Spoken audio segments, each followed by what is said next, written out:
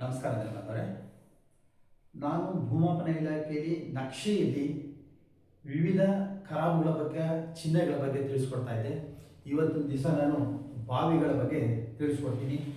ಬಾವಿ ಕಾಯ್ದಿರಿಸಿದ ಕರಾಬಹುದು, ಕಾಯ್ದಿರಿಸಿಲ್ಲದ ಕರಾಬಹುದು, ಅಂದರೆ reserved unreserved ಎರಡೂ ಇದೆ.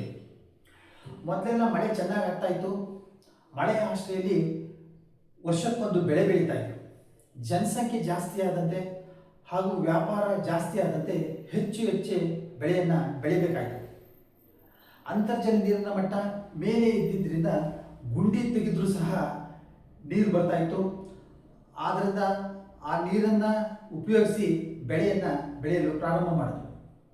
ಕಾಲಕ್ರಮೇಣ ದೊಡ್ಡ ಗುಂಡಿಗಳನ್ನು ತೆಗಿತಾ ಇದ್ರು. ಗೋಡೆ ಕೆಲವು ಸಾರಿ ಕುಸಿತೋಗ್ತಾ ಇತ್ತು. ಇದನ್ನು ತಡೆಗಟ್ಟಲು ಕಲ್ಲಿನಿಂದ ಗಾರೆಯನ್ನು ಉಪಯೋಗಿಸ್ಬಿಟ್ಟು ತಡೆಗೋಡೆಯನ್ನು ನಿರ್ಮಿಸಿದ್ರು. ಹೆಚ್ಚಿನ ಬಾವಿಗಳು ವೃತ್ತಾಕಾರದಲ್ಲಿರ್ತಕ್ಕಂಥದ್ದು ತಾವು ಕಾಣಬಹುದಾಗಿದೆ. ಉದಾಹರಣೆಗೆ ಇದು ಒಂದು ಗ್ರಾಮ ನಕಾಶೆ, ಇದರದ್ದು ಊರಾಗಿರುತ್ತೆ. ಇದರಲ್ಲಿ ಬಾವಿಗಳನ್ನ ಗುರುತಿಸಲಾಗಿದೆ ವೃತ್ತಾಕಾರದಲ್ಲಿ. ಇದು ಸಹ ವೃತ್ತಾಕಾರದಲ್ಲಿರ್ತಕ್ಕಂಥ ಬಾವಿ, ಆದರೆ ಇದು ಪಾಳು ಬಿದ್ದಿದೆ. ಇದು ಸಹ ವೃತ್ತಾಕಾರವಾಗಿರ್ತಕ್ಕಂಥ ಬಾವಿಯಾಗಿರುತ್ತೆ. ಇದು ಕಲ್ಲಿನ ಕಟ್ಟಡ ಚೆನ್ನಾಗಿದೆ, ಆದರೆ ಈ ಬಾವಿಯಲ್ಲಿ ನೀರಿಲ್ಲ. ಇದು ಸಹ ಒಂದು ವೃತ್ತಾಕಾರದ ಬಾವಿಯಾಗಿದ್ದು ಇದಕ್ಕೆ ಮೆಟ್ಟಿಲುಗಳನ್ನು ಅಳವಡಿಸಲಾಗಿದೆ. ಈ ಎರಡು ಸಹ ಬಾವಿಯಾಗಿದ್ದು ಇವುಗಳಿಗೆ ಕಪಿಲೆ ಮೂಲಕ ನೀರನ್ನು ಮೇಲಕ್ಕೆ ಎತ್ತುತ್ತಾ ಇದ್ದಾರೆ. ಇದು ಒಂದು ಕಪಿಲೆ ಬಾವಿ, ಇದು ಎರಡು ಕಪಿಲೆ ಬಾವಿ ಎಂದು ಗುರುತಿನಲ್ಲಿ ತೋರಿಸಲಾಗಿದೆ.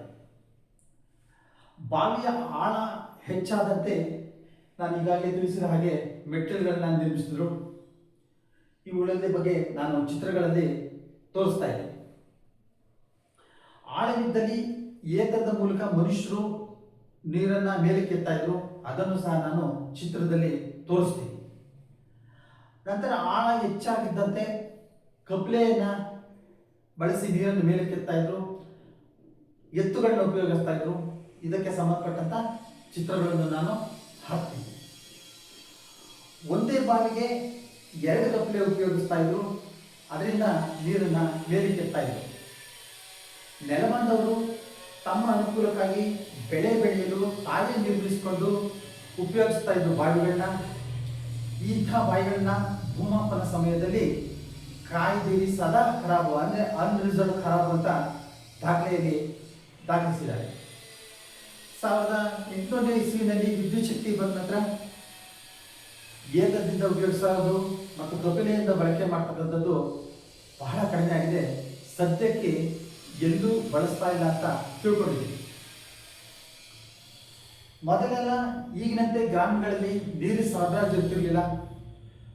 ಪ್ರತಿಯೊಂದು ಗ್ರಾಮದಲ್ಲೂ ಬಾವಿಗಳು ಇರ್ತಾ ಇದ್ವು. ಅದಕ್ಕೆ ಕಲ್ಲಿನಿಂದ ಸುತ್ತಲೂ ಕಟ್ಟಡಗಳನ್ನ ನಿರ್ಮಿಸ್ತಾ ಇದ್ರು. ಮಕ್ಕಳು ಮತ್ತು ದನಗಳು ಇದರಿಂದ ತೊಂದರೆ ಆಗಬಾರದು ಅನ್ನೋದಕ್ಕೋಸ್ಕರ ರಕ್ಷಣೆಗಾಗಿ ಸುತ್ತಲೂ ತಡೆಗೋಡೆಯನ್ನ ನಿರ್ಮಿಸ್ತಾ ಇದ್ರು. ಇವುಗಳಿಗೆ ರಾಟೆಯನ್ನು ಕಟ್ಟಿ ಹಗ್ಗಕ್ಕೆ ಒಂದು ಬಿಂದಿಗೆಯನ್ನು ಕೊಟ್ಟು ನೀರನ್ನು ಸೆಳೆಯೋದ್ರ ಮೂಲಕ ನೀರನ್ನು ಮೇಲಕ್ಕೆ ಎತ್ತಾ ಇದ್ರು. ಬಹುಶಃ ಪ್ರತಿ ಗ್ರಾಮದಲ್ಲೂ ಸಿಹಿ ನೀರಿನ ಬಾವಿ ಮತ್ತು ಉಪ್ಪು ನೀರಿನ ಬಾವಿ ಇದ್ವು. ಸಾರ್ವಜನಿಕರಿಗಾಗಿ ನಿರ್ಮಿಸಿ ಬಳಸುತ್ತಿದ್ದಂತಹ ಇಂತಹ ಬಾವಿಗಳನ್ನು ದಾಖಲೆಗಳಲ್ಲಿ ಕಾಯ್ದಿರಿಸಿದ, ಅಂದರೆ ರಿಸರ್ವ್ಡ್ ಖರಾಬ್ ಎಂದು ದಾಖಲಿಸಿ ಮಾಡಿದರು. ಸ್ವಲ್ಪ ದಿನ ಈ ಬಾವಿಗಳಿಗೆ ವಿದ್ಯುತ್ತನ್ನು ಅಳವಡಿಸಿ ನೀರನ್ನು ಮೇಲೆತ್ತಕ್ಕೆ ಪ್ರಾರಂಭ ಮಾಡಿದ್ರು. ಇದರಿಂದ ನೀರಿನ ಮಟ್ಟ ಕೆಳಗಡೆ ಹೋಯಿತು.